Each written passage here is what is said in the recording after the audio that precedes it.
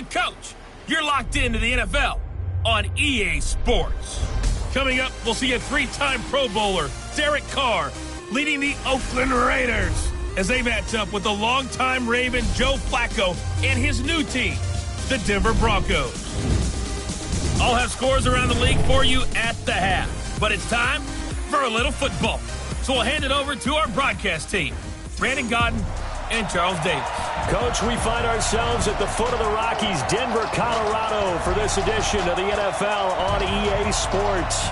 A moment ago, through a shower of pyrotechnics, it was the hometown Broncos taking the field as they get set to do battle with Derek Carr and the Oakland Raiders. And hello again, everyone. Brandon Gaudin alongside Charles Davis. And, Charles, we look at this Bronco team. They come into this one fresh off a victory that finally snapped a 6-game losing streak. And there's nothing like that win that makes everyone happier in the locker room, better on the practice field, and they usually play a whole lot better that next game out as well. On the other side of the field for the visiting Raiders, it's late in the year. We all know it. We've seen the calendar for these guys. Their bodies could probably use a break, but they have to push on. And they're really not as worried about that as maybe we think. They know they've got the entire offseason to rest. All they care about is the game in front of them and finishing strong. Two teams here playing for pride as the final week of the NFL season is underway. This will be fielded at the 6. And he's up past the 20 to the 22-yard line. So here comes the Raiders offense now onto the field. Leading them out, their 6-year quarterback. Hailing from Fresno State, that's Derek Carr. Coming off of a loss their last time out, I think he's just seeking to make a bigger impact on the game. He threw a touchdown pass, didn't throw an interception. I think he just wants to jump those numbers up in terms of flinging it around and letting his receivers get into the end zone. Flushed out right, and that's going to be incomplete. Too tough to hold on to that one. It's second down. It's a lot of contact going on there, and in the end, unable to keep two hands on the football and bring it into his body. Everything looked pretty good until the finish. The throw complete here to Williams. An early test for this defense. Here we go on 3rd and inches. Now a first-time 1,000-yard rusher from a season ago. It's Derrick Henry. And they get him down, but not before he takes it across the 40-yard line. That one will go as a gain of 11. Raiders having a first down as well. A solid run by Derrick Henry, and here's another 1st and 10. To throw, it's Carr. And he's got his tight end. This is Luke Wilson. And he takes this one down almost all the way to the 30. A good pickup there, 26 yards. So a 1st and 10 now in Denver territory at the 32-yard line. Boy, nowhere to go at all on that first down run as they will get to him behind the line of scrimmage. It'll be a loss of 1, and it'll be 2nd and 11. Maybe just a slight detour on what's been a strong drive. Here's 2nd and 11. Now Carr. Now this will be caught. Tyrell Williams. 8 yards on the completion, but now they face 3rd down. On 3rd down, Henry. And down inside the 15 he goes. Give him 12 yards that time and an Oakland first down. Quite the opening drive march they're on right now. It looks a lot like what we saw in practice prior to the game, doesn't it? You know, because on that last big practice beforehand, you go through your offensive script, you go through your play calling, you go through all the stuff and establish things, and it looks like it's going like clockwork right now for them. Now here's a look for the end zone, but that one's going to wind up incomplete. Now Carr, after the incomplete pass, brings him up 2nd and 10. This is Henry. And he'll take it into the end zone for a Raider touchdown. Derrick Henry, his 5th touchdown now on the year. And the Raiders drive right down the field and score on the opening drive. Extra point by Carlson, up and good. A long opening drive, but a very successful opening drive. We call that methodical, I guess, when it takes that many plays. Methodical and almost like a boxing match where you're hitting them with body blows. They can withstand them here. Look, they gave up the touchdown, but you don't feel like a knockout is there. But they keep doing that in the 4th quarter, that's when the knockout occurs. It becomes tough for that defense if they're on the field that long. We'll see if they can continue that in future drives.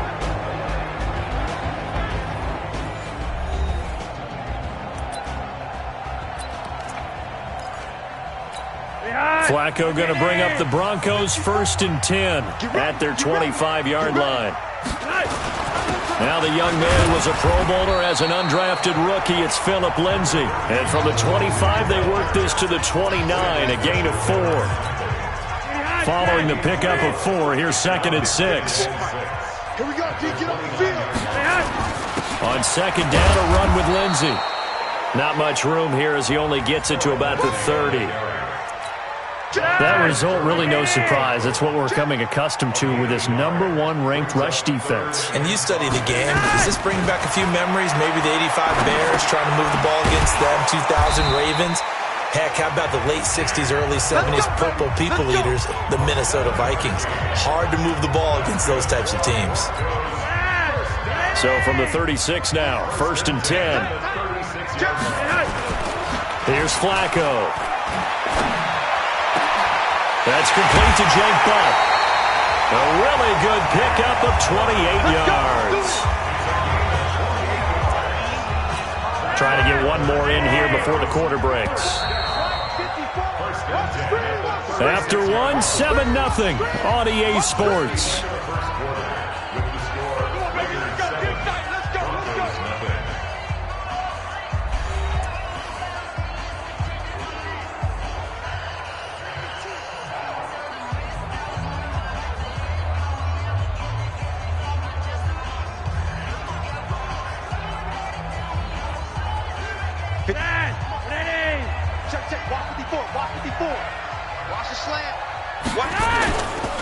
On 1st and 10, it's Lindsay.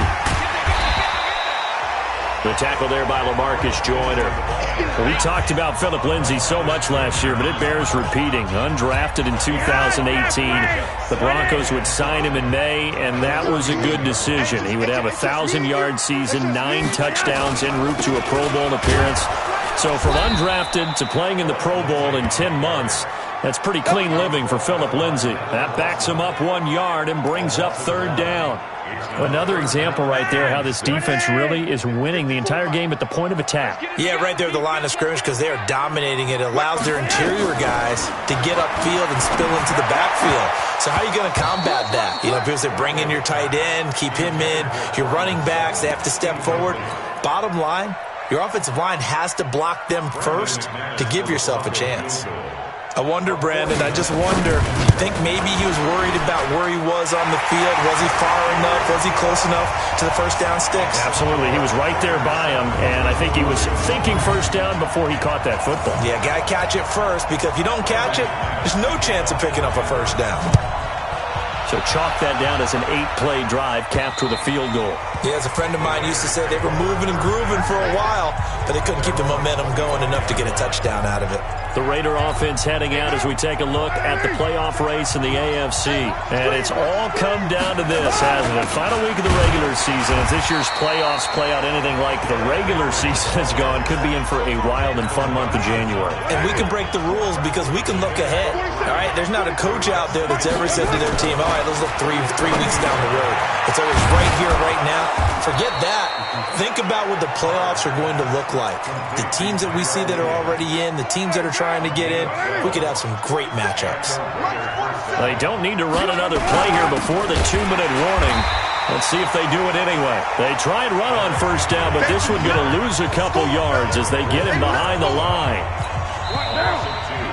2 minutes to play in this first half. 7-3 our score. And we remind you, coming up at the half, we'll join, who, Charles? The coach. The coach, Jonathan Coachman, standing by in Orlando. He'll have stats and scores from games in progress, as well as scores from earlier today. The coach. We get slap happy up here sometimes. A first down carry for Henry. And past the 35, he'll be dropped a yard or two shy of the 30. Give him a first down, 15 yards that time for the Raiders. Now, this is an example of breaking down a defense because on a lot of these runs, he's getting past the point of attack, and guess what he's doing? Forcing the secondary guys to have to make a lot of tackles. From the 32 now, here's 1st and 10. Now a play fake. Carr. Blitz coming, and down he goes. Von Miller make that now 8 sacks for him on the season. Now following the sack, they'll look to make amends on a 2nd down and 17. Here's Carr. And that'll be incomplete. Took a pretty good shot as he tried to pull that one in. Couldn't hang on third down. It is tough to complete passes against zone defenses. The windows that you see open, they shrink pretty rapidly. How about being able to hit a moving target against a zone before the next guy can get there and make a play on the ball? Not easy for any quarterback, no matter the situation, and there the defense won the battle. Now a shot taken on third down, but it's going to wind up incomplete. You hear the calls for a penalty, but I just don't think so. I think in this situation, the defender was making sure his guy couldn't hold on to the football. So I don't see anything to warrant a flag. No, I'm with you. There was contact, but I'm happy they kept that flag in the back pocket. That's running out of steam, and it won't get there. He left it just short. No good, and this score will stay right where it is. And this is one of the risks you run when you attempt a long field goal. If you miss, the defense takes over the spot of the placement. So now they've got a chance to get one more drive in before halftime. He rifles one that's intercepted. LaMarcus Joyner with a pick. And he takes this one back into the end zone, and the Raider defense delivers a score. Now remember, this is the #1 defense in the National Football League. There's a good example of why. Shows that they set an aggressive tone, not just stopping the run, not just getting after the quarterback, but if the ball's in the air, they treat it like they're the receivers, and they went after that one and took it all the way.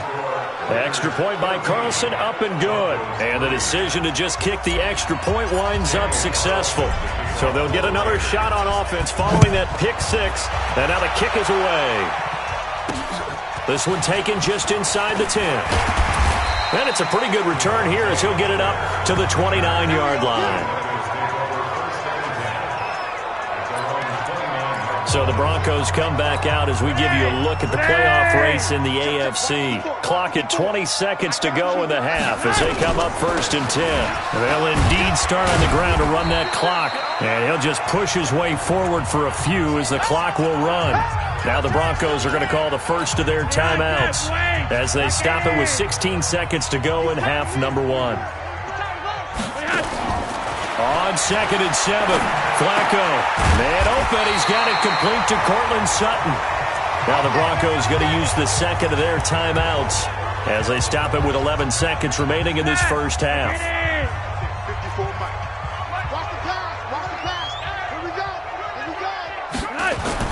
They look to throw on 1st and 10 with Flacco. And he hits his target, Deshaun Hamilton. And he gets this to the other side of midfield across the 45 before going out. Give him 14 yards there and a Denver first down.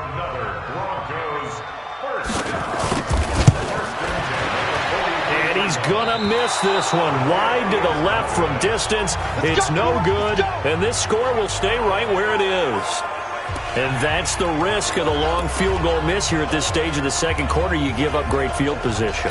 And that gives them one more opportunity to make something happen and something big. And we've seen crazy stuff happen at the end of halves. And that one's not going to get there. Not enough juice, an ambitious effort, but it's well short.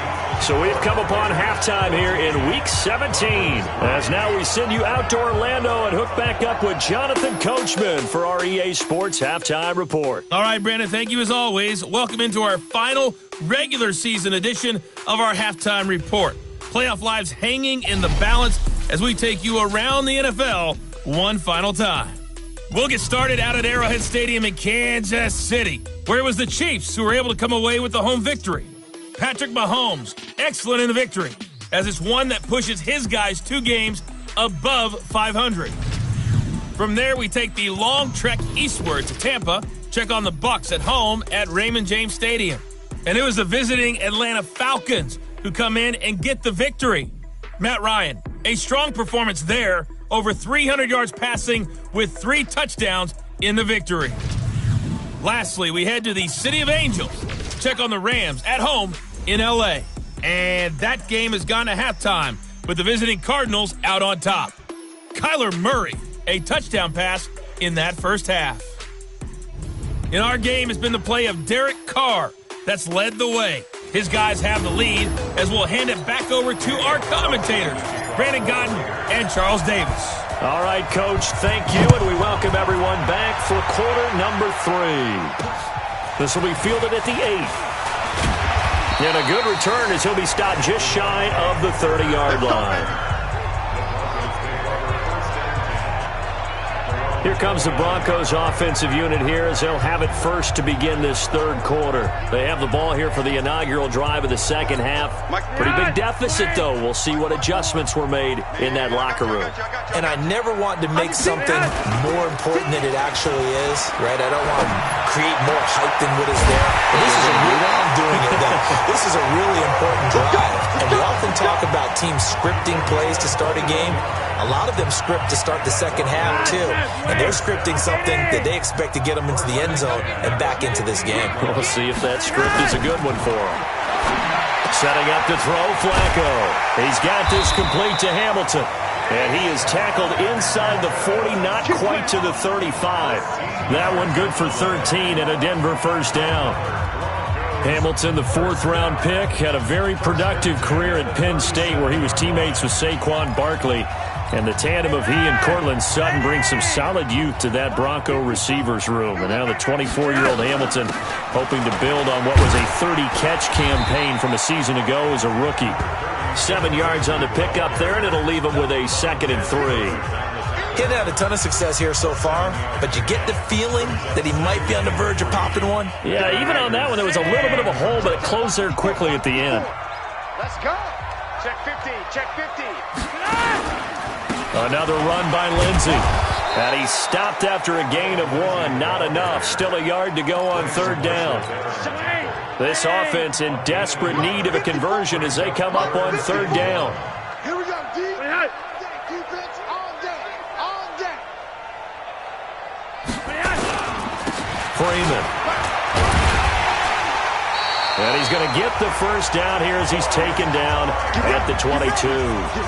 They get 6 on the pickup there as the drive will continue. At this stage of the game, the run-pass numbers are a little bit out of whack because most of the yardage has come through the air. But in a sense, that just sets things up for big runs like that because the defense might be a little bit off balance. They pick up another first down with that run. Still in search of their first touchdown of the game, but they're on the move. 1st and 10. Flacco leaves to Lindsey on the draw. And they're going to get him behind the line yet again as his nightmare afternoon continues. They'll wind up losing 3 yards here. And it'll bring up a 2nd and 13. That loss of 3, a rare stumble on a promising drive. Here's 2nd and 13. And out of bounds right around the 20. 7th play of the drive forthcoming on 3rd and 8. Here's Flacco off the play fake to Lindsey. Open man, and that's his tight end, Jake Butt. And he'll be out of bounds, taking it just shy of the 10 at the 11 or the 12. What a methodical drive this is turning out to be. That time 9 yards, and the sticks move again. They'll run on 1st down. Lindsey. And he's going to battle his way down right around the 2-yard line. Just what you want on a 1st down run. Call it 8 yards, and it's 2nd and 2. Back to the ground, this time with Freeman. And he'll get in. Touchdown, Denver. Royce Freeman, his 5th touchdown now on the year, as his guys are back within a single score. And nothing special there. They show they were going to run the football. They ran it. They got it in. Like old-time football, right? Hey, this is exactly what we're going to do. Straight-ahead pass, and they got it done. Lindsey going to try and run it in. And this has been a familiar sight all afternoon as they stop him behind the line. So the defense gets the stop. I know it's situation to situation, but who has more pressure there, offense or defense, when they go for 2? I truly believe it's the defense has more pressure because the offense has an entire playbook wide open from the 2-yard line. You can run it, you can throw it. So defensively, I think most teams are going to be aggressive and force the issue and try and bring pressure. Now a play fake here on 1st down. And he completes it to Wilson. 20! And they're going to have this way down deep in Denver territory. Now the offense going to use the first of their timeouts. And as the two teams talk it over on their respective sidelines, we take a break. A real field flipper there as all of a sudden they've got a first down in the red zone. Now Carr. This is caught. And he is in. Touchdown, Raiders. Tyrell Williams, his 11th touchdown of the year. And the Raiders able to extend that advantage. Brandon, what we just saw there were two guys who were in sync. The person delivering the ball, but especially the person running the route. Tremendous job. It results in a terrific play. Welcome back now to Denver, where the fourth quarter will begin with a kickoff following the score on the final play of the third quarter. And as we see so frequently here in Colorado, that one over the end line, so it'll come out to the 25. Denver offense at the line, ready to go. First and 10 here for Flacco. Nowhere to escape, and he goes down. Credit the sack to Brandon Marshall. Man, he got in there so quickly, Charles. What could the offense have done to adjust and account for that? But what you're hoping is that you figure out and you see and get a clue that maybe there's going to be some pressure coming at you, and you change the blocking schemes. Maybe you go to max protection. The biggest one is maybe you bring your running back in to try and keep you clean. But in that case, that didn't happen. Zero accountability, and a sack resulted. The Broncos on third down. They've been good, 3 for 4 thus far. This is going to be 3rd and 13. And the catch made. This is Emmanuel Sanders. And a good job defensively. They stop him short of the first at the 32. And this hasn't been the typical game, no doubt, for Emmanuel Sanders. They've really limited him. He's one of those players that provides a real spark when he gets going. And when he does it, it's felt by the rest of the team, and they're feeling it in this one because right now they're trailing. Flacco, he's got a man. It's Sutton that's complete. And he slips up past the 45 before being tackled. The time to pull out the stops is now, and they convert there on 4th down.